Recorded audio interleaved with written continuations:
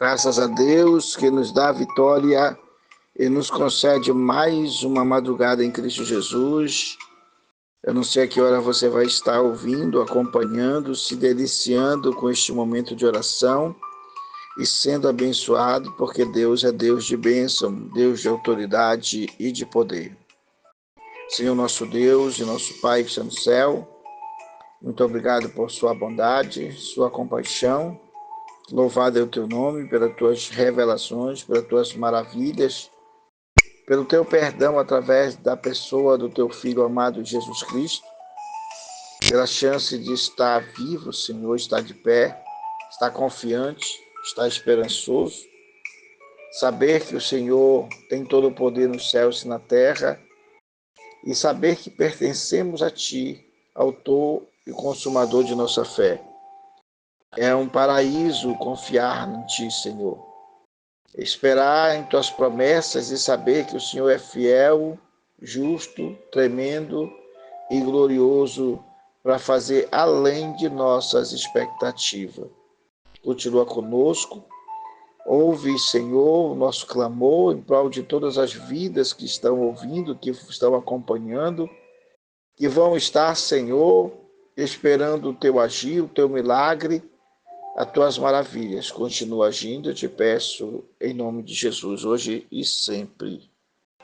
Louvado é o nome do Senhor nosso Deus.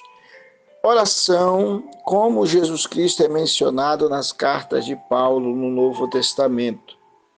Subtema: as cartas de Paulo e as maravilhas da revelação de Jesus Cristo. As maravilhas de Deus acontecem além da imaginação das ações missionárias e implantação da mensagem do Evangelho, das boas novas da salvação conquistada através do sacrifício de Jesus Cristo, ligando todos através das ações do poder do Espírito Santo, que usando os seus ungidos e selados, e por meio dos dons espirituais na vida da pessoa transformada, pelo novo nascimento, vindo pelo arrependimento e conversão ao Senhor Jesus e crença no sangue do Cordeiro de Deus, ou seja, o de chegar a mensagem do Evangelho e haver alguém que creia no poder transformador da regeneração que nos leva à santificação pela paz outorgada por Jesus Cristo. Visão geral, parte 2. Nosso versículo de ouro diz assim: em Icônio entraram na sinagoga dos judeus, como costumavam fazer, e falaram de tal modo que uma grande multidão creu, tanto de judeus como de gregos. Que maravilha, né? Aqui Paulo já está em plena atividade missionária. Nossas verdades questionáveis diz assim: e uma certa mulher chamada Lídia, vendedora de púrpura da cidade de Tiatira, que servia a Deus, nos ouvia. E o Senhor lhe abriu o coração para que estivesse atento ao que Paulo dizia. E depois que foi batizada, ela e sua casa nos rogou, dizendo: se haveis julgado que eu seja fiel ao Senhor, entrai em minha casa, ficai ali, e nos constrangeu a isso. Atos 16, verso 14 a 15. Veja aqui que Paulo pregava a palavra e na pregação o Senhor cooperava com o apóstolo Paulo, não só dando a palavra no abrir dos lábios, mas fazendo com que a mulher, a Lídia, pudesse crer no poder de Deus, no evangelho que estava sendo pregado.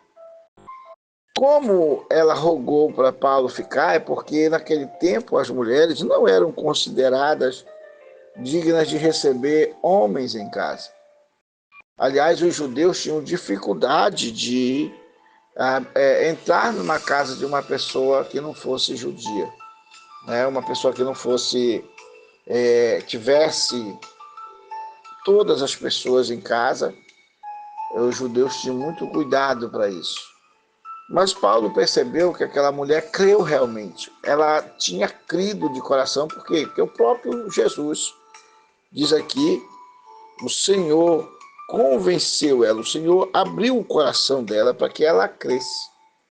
Por isso nós devemos pedir a Deus que abra o nosso entendimento para que a gente possa nos abastecer da graça de Deus, do conhecimento do Senhor. Nosso destaque está em Atos 14:3, que diz assim: detiveram-se, pois, muito tempo, falando ousadamente acerca do Senhor, o qual dava testemunho a palavra de sua graça, permitindo que, por suas mãos, se fizessem sinais e prodígios. Olha que bênção de Deus. Não só pregavam, eles não só anunciavam o evangelho do poder de Deus, mas eles viam as maravilhas de Deus, as mãos do Senhor presente fazendo os milagres e sinais. É aquilo que está em Marcos capítulo 16, né? Que Jesus ia confirmando a sua presença com eles, através dos sinais e maravilhas. Na nossa leitura do assunto diz assim: na igreja que estava em Antioquia, havia alguns profetas e doutores, a saber, Barnabé, Simeão, chamado Níger, Lúcio Cirineu, Manaém, que fora criado com Herodes, o tetrarca, e Saulo. Servindo eles ao Senhor e jejuando, disse o Espírito Santo: apartai-vos Barnabé e Saulo para a obra que os tenho chamado. Então, jejuando e orando e pondo sobre ele as mãos, os despediram. E assim estes, enviados pelo Espírito Santo, desceram a Selúcia e dali navegaram para Chipre, bendito seja Deus, e chegada a Salamina, anunciaram a palavra de Deus na sinagoga dos judeus, e tinham também João como cooperador.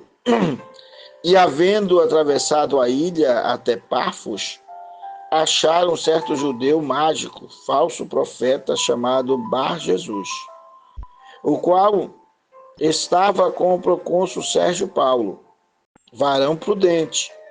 Este, chamado a si Barnabé e Saulo, procurava muito ouvir a palavra de Deus.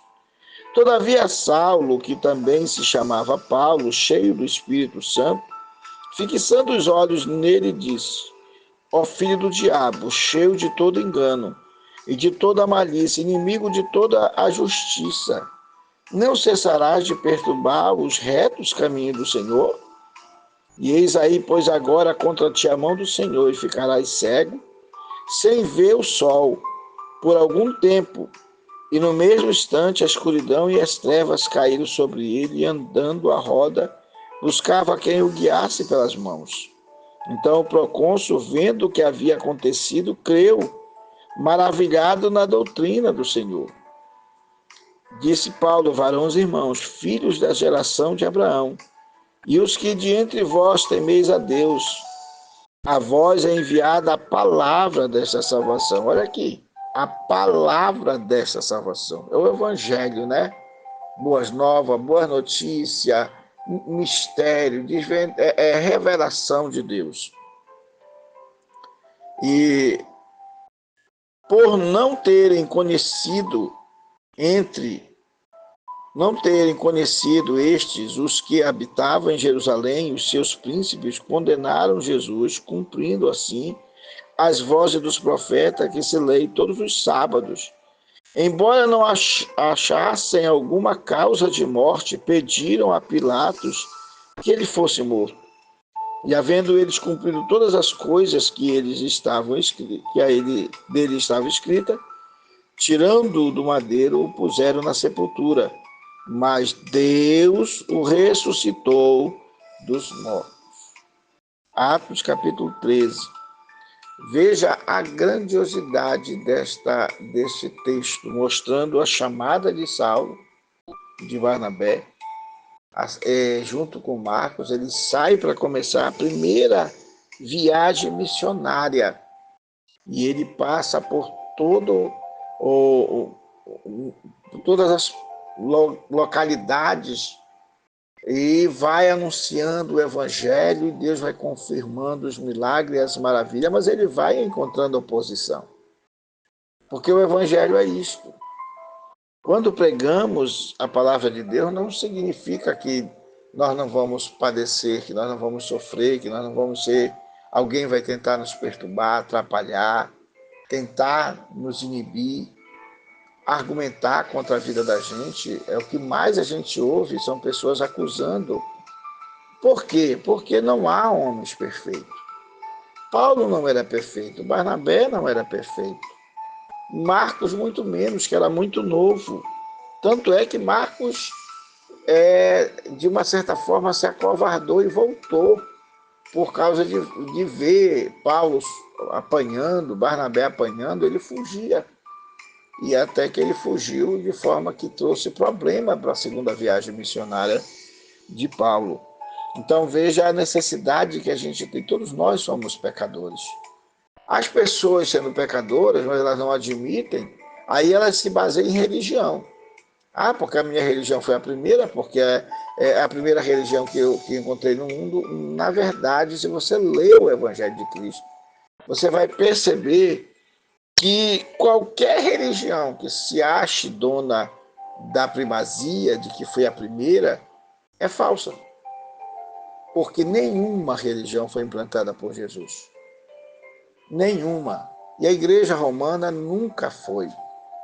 A primeira igreja falada foi a igreja de Jerusalém e a igreja de Antioquia, aqui onde já está, onde Deus fala pelos profetas que aqui existiam, cheios do Espírito Santo.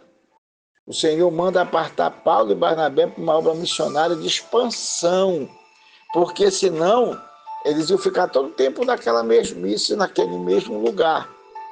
Eles precisavam de direção divina. E o Espírito Santo, como sempre, estava ali para falar através dos profetas, daqueles que não eram profetas como igual João Batista, mas eram homens e mulheres que o Espírito Santo usava como usou quando desceu no Pentecoste o poder do Espírito Santo, e foram cheios do Espírito Santo, mais de 120 pessoas que ficaram em Jerusalém até que do alto foram revestidos do poder de Deus. Vamos considerar a vida de Paulo em suas viagens e o que mais tarde o motivou a escrever as igrejas. Conhecer como as igrejas surgiram é importante para o conhecimento das cartas paulinas. Deus é Deus de maravilha, das coisas extraordinárias.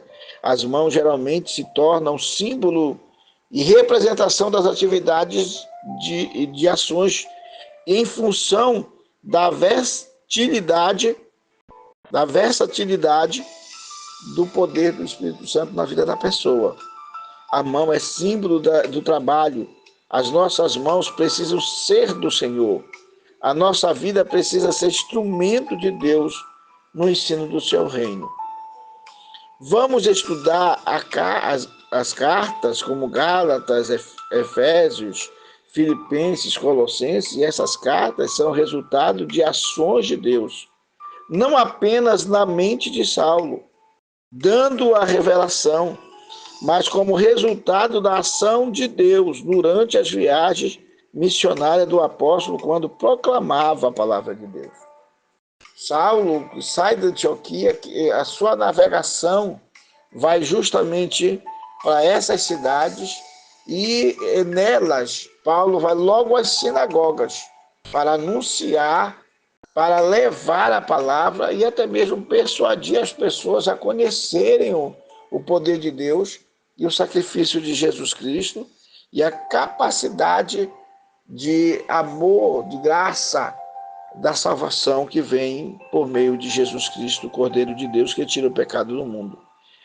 Posteriormente, Paulo escreve os ensinos para corrigir os equívocos e distorção, ou para consolidar a fé, ou ainda para expandir o conhecimento do Evangelho entre os evangelizados.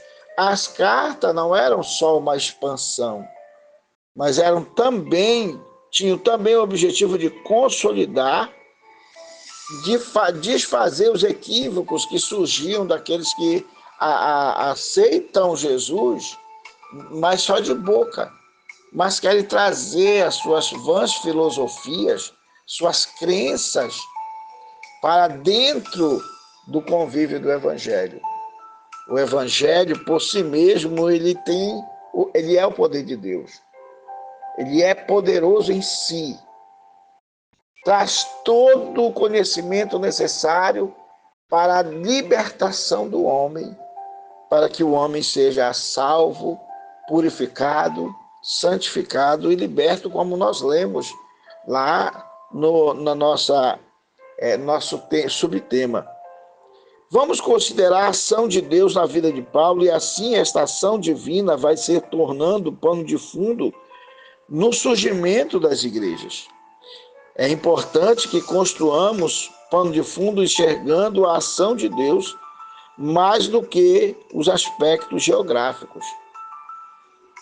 Mas a importância de Paulo que a condição histórica e geográfica é entender que em qualquer lugar e circunstância Deus age, atua, faz, realiza, exerce força, poder, autoridade, e Deus então vai mudando a história das pessoas, porque onde Jesus chega, coisas boas acontecem, bênçãos acontecem, vitórias acontecem, transformações acontecem, santificação acontece, presença do Espírito Santo acontece. O texto bíblico diz que Deus fazia maravilhas pelas mãos de Paulo. É Deus quem faz as maravilhas, mas usa as mãos consagradas e disponíveis para o reino. O pano de fundo das cartas é a ação de Deus em Paulo fazendo as maravilhas, confirmando a palavra, confirmando as promessas. E estes sinais seguirão aqueles que creem. Em meu nome, expulsarão demônio, falarão novas línguas, e se beber algumas coisas mortíferas não lhes fará dano algum, né? Enfim, e coisas maravilhosas vão acontecendo através do poder que vem deste evangelho glorioso. Maravilha de Deus por meio das viagens missionárias. Atos capítulo 14, verso 1. Em Icônio, entraram na sinagoga dos judeus, como costumavam fazer, e falaram de tal modo que uma grande multidão creu, tanto dos judeus como dos gregos. Olha aí, não só o evangelho começa pelos judeus, mas ele começa a se expandir entre os gregos, entre os romanos, entre os epicureus, entre aquelas pessoas que não tinham conhecimento a respeito da salvação que Jesus veio trazer. As viagens missionárias de Paulo, ainda que marcavam por episódio inusitado e acontecimentos desafiadores, não era uma aventura, era um agir de Deus em meio a uma geração de pecadores. Porque muitas pessoas transformam a igreja numa aventura. Vão quando quer, acham que podem, que são mais preciosos que as outras pessoas. Alguns, por terem recurso, vão na igreja e querem os primeiros lugares, mesmo sem serem chamados, sem serem cheios do Espírito. Vejam que Paulo e Barnabé ficaram ali na igreja de Antioquia orando, consagrando, aprendendo a palavra de Deus, mas não a si mesmos se exaltaram, mas esperaram na promessa de Deus, até que o próprio Espírito Santo os designam para ir aonde eles não sabiam que deveriam ir, mas que o Espírito Santo os guiaria. Tem pessoa que ela quer por si só já ser considerada, já ser capaz só porque ela tem uma certa eloquência, só porque ela tem um certo conhecimento, só porque ela aprendeu uma certa língua, ela pensa que ela tem a capacidade de fazer as coisas segundo ela e não segundo Deus. Agora precisamos aprender que Deus é o Senhor da história. É Ele quem nos chama, é Ele quem nos converte, é Ele quem nos purifica, é Ele quem nos santifica, e é Ele que nos escolhe, é Ele que pode nos enviar a fazer a obra. Paulo não era um aventureiro da fé. Missões não é uma aventura de conveniência. Paulo sabia o que queria, sabia para o que tinha sido chamado e o que deveria fazer. Tinha estratégia de trabalho. Por isso, logo que chegava a determinadas cidades, procurava logo uma sinagoga. Havia um princípio estratégico, o tempo e a palavra-chave para o discipulado. Investir tempo no relacionamento com Deus, no ensino produz fruto, o ensino produz fruto. O objetivo era levar as pessoas a professarem a fé. Bendito seja Deus. Olha aqui, a necessidade de você entender que você tem uma chamada, então tem objetivos para você. Deus em cada localidade, na sua rua, no seu bairro, onde Deus te levar, Ele não te leva para te passear. Não é o objetivo de Deus transformar um missionário em passeador, né?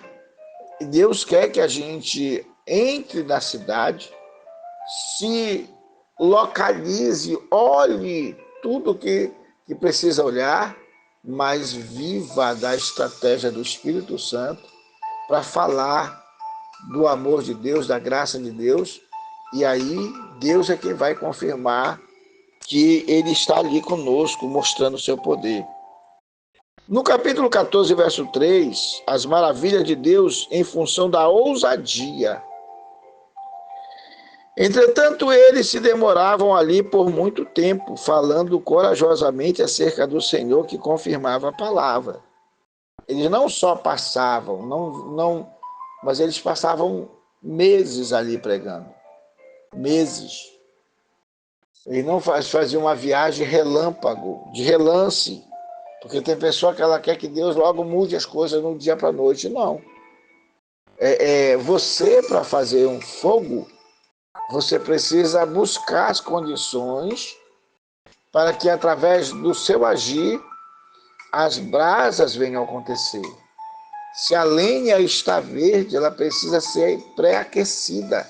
Às vezes precisa de um sopro, de uma ventilação, né, de palhas secas para poder agitar e secar, para poder pegar a lenha, pegar fogo.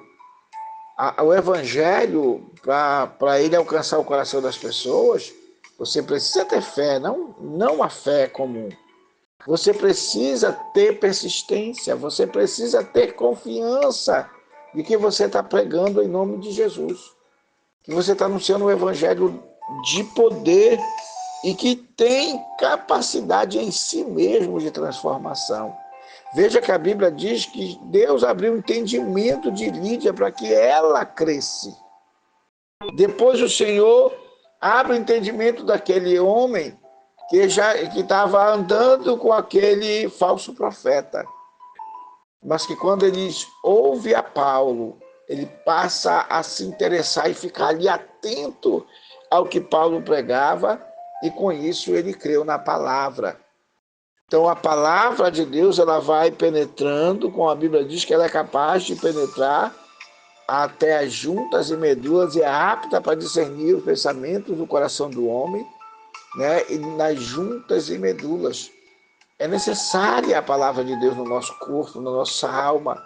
Ela é necessária para aliviar nossas dores espirituais, para nos libertar de toda a crença maldita que nossos pais nos legaram para acreditar num Cristo morto, num Cristo que está preso numa cruz, num Cristo que nunca ressuscitou, todos os anos está morto, todos os anos precisa ser carregado.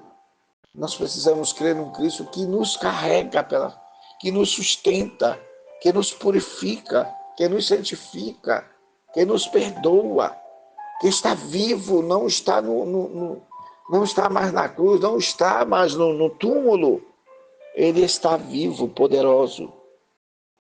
A fé foi transformada em ousadia, exatamente pelo crer.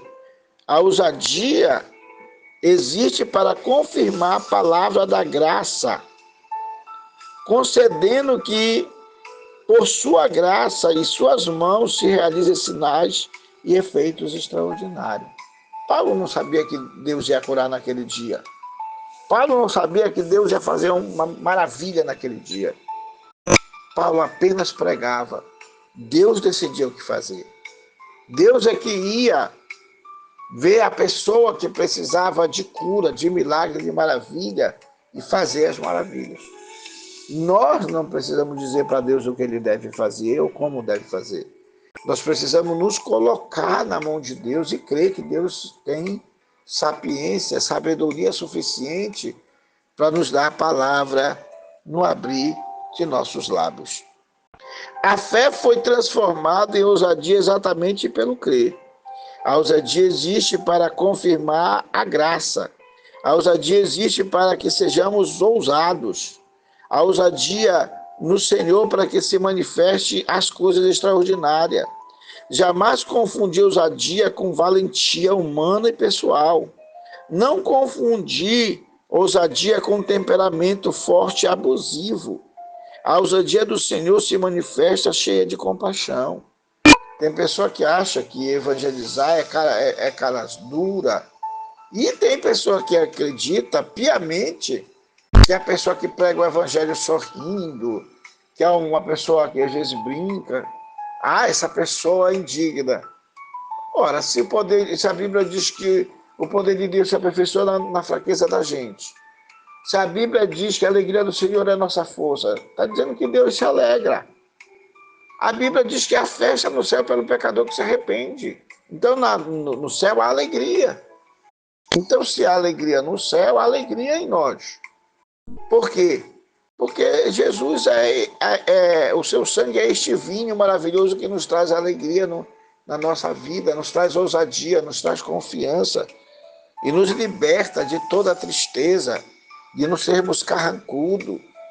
Tem pessoa que ela acha que ser sério no evangelho é ser cara de pau, né? É falar arrogantemente, é agir como se fosse um santarrão. Não. Você precisa pregar a palavra, você precisa anunciar o evangelho e deixar Deus agir. Paulo não se intimidava com a oposição, ele era persistente, perseverante e determinado. O ensino do reino de Deus envolve compromisso em confirmar a palavra pela graça. Chegando ali, está Derbe, circunvizinhança, anunciar o evangelho, porque sabiam e viviam a verdade. O evangelho é o poder de Deus para a salvação. Neste ambiente é que nasciam as igrejas da galáxia, ou nasceram as igrejas da galáxia. Porque a carta aos Gálatas mostra que eram várias, foi milhares de pessoas que aceitaram Jesus ali. Mas era uma igreja voltada à lei, uma igreja que começou a voltar à prática da lei, porque muitos que Paulo pregava, os judaizantes, ou aqueles primeiros crentes de Jerusalém, vinham para fazer as pessoas a cumprirem a lei. Se não cumprir a lei, não estavam salvos. E Paulo teve que mostrar que a lei era um aio para chegar a Cristo, que a lei foi cumprida por Cristo, que Cristo, ele é o fim da lei e o início do novo pacto, do Novo Testamento, da manifestação da graça, do poder de Deus, que é a bondade de Deus vinda ao coração dos homens e colocando todos os povos como alvo desta bondade de Deus. Diz assim, as maravilhas de Deus em função da plantação das igrejas confirmada na fé.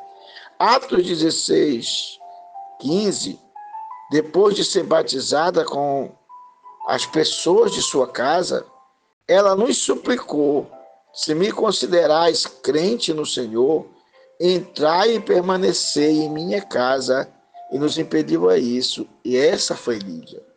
ela creu no Evangelho. O Evangelho é isso, quando ele entra na vida da pessoa, veja que ela diz, se me considerar que eu sou uma crente, entrar em minha casa. Porque ela tinha certeza da conversão dela. A Bíblia diz que aqui no texto mais adiante, que nós lemos lá em cima, diz que o Senhor abriu o entendimento dela, o coração dela, para ela crer no Evangelho. Ela crê no que Paulo pregava. E ela não só creu, mas constrangeu Paulo e Barnabé a ficarem dali da casa dela pregando o Evangelho para outras pessoas. A casa dela começou a se tornar como uma base missionária, como socorro, assim como a casa da mulher que viu em Eliseu um homem de Deus. Ela preparou um quarto, uma escrivaninha, e colocava os alimentos para que todas as vezes que aquele homem passasse por ali, ele pudesse tomar um banho, comer alguma coisa, descansar e prosseguir no trabalho que ele tinha que fazer. Quantas pessoas hoje se negam a ajudar os missionários, fecham o coração para a missão, né? São um bando de vagabundo, não tem o que fazer, tem que procurar trabalhar. Não, aqui o Evangelho de Cristo, ele é feito por pessoas que abrem mão da sua vida, que deixam tudo o que for possível para fazer a vontade de Deus. E a pessoa que não pode ir, que não pode fazer o mesmo, não custa ajudar, não custa compartilhar, não custa estender as mãos. Não feche seu coração para a obra missionária. Evangelizar depende não só de quem vai, mas também de quem fica e de quem contribui, de quem se sente responsável também e participa ativamente para apoiar a implantação ou a plantação do Evangelho na vida das pessoas. Finalmente, a igreja precisa ser plantada com pessoas que professam e confirmam a fé em Cristo Jesus e se dispõem à obediência a Cristo pelo batismo. Pessoas que sejam dignas. Se não forem fiéis à igreja, não subsiste. Lídia é um bom exemplo de uma crente que entende como deve iniciar uma vida, uma igreja confirmada na fé. Com certeza, nos tempos modernos, quando se pensa em plantar a igreja, muitos pensam logo no orçamento, no custo do templo, nos equipamentos. Parece-me que a igreja virou sinônimo de instituição. O aspecto organizacional é importante e útil, não podemos desprezar, mas a tônica tem sido em uma igreja organizada e não em igreja como organismo apenas, mas uma igreja como organismo vivo, como o corpo de Cristo. A base para o nascedouro da igreja é a fé. Se não tivermos fé, é impossível agradar a Deus. É impossível. Então, maravilhas de Deus em função da sensibilidade e da direção do Senhor. Atos 16, 9 diz: de noite Paulo teve uma visão, e na visão ele via um homem em pé da Macedônia e suplicava: vem para a Macedônia e ajuda-nos. A visão que Deus dá é para aqueles que já vivem no trabalho. Paulo percorria a região de Frígio, Gálatas. Paulo fazia o certo e pregava a palavra. Não basta fazer o certo, é preciso fazer o certo de Deus, no tempo de Deus, no comando de Deus, na vontade de Deus. Isto requer verdadeira dependência e compromisso. Paulo e seus companheiros foram impedidos pelo Espírito Santo, mas também foram dirigidos pelo Espírito Santo. Quando nós amamos o Senhor, o Espírito Santo nos guia, como também pode dizer, hoje não, para que não vão por ali, vão por aqui, porque o Espírito Santo é vivo. Ele fala através de nós, não é através dos cães, dos animais, não. Deus fala através da boca do homem também. Oremos ao Senhor. Senhor nosso Deus e nosso Pai. Pai querido, Pai amado, estamos mais uma vez em um momento de oração e te glorificamos de todo o nosso coração, porque o Senhor é um Deus vivo, soberano, poderoso, grandioso, real, firme, Deus de autoridade, Deus que governa o mundo todo, Deus que muda e transforma a história, um Deus que renova a nossa esperança, um Deus que enviou a Jesus Cristo, teu Filho, para resgatar a humanidade, para resgatar o teu povo e as pessoas que queiram deixar o pecado, que queiram deixar a lascívia, o ódio, que queiram deixar a falsa narrativa, que queiram deixar, Senhor, a imundícia, a prostituição, o adultério, que queiram deixar a fornicação, Senhor, o sodomismo, que queiram deixar, Senhor, o prazer de matar, que queiram deixar a violência, que queiram, Senhor, abandonar seus desejos pecaminosos. O Senhor veio buscar e salvar o que se havia perdido. O Senhor veio resgatar para ti um povo zeloso de boa obra.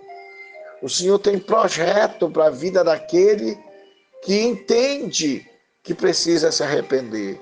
Lídia ouviu a palavra, creu na palavra e pediu ser batizada e ali passou a ser uma pessoa que apoiou a implantação do Evangelho ali na região, Senhor, da galáxia.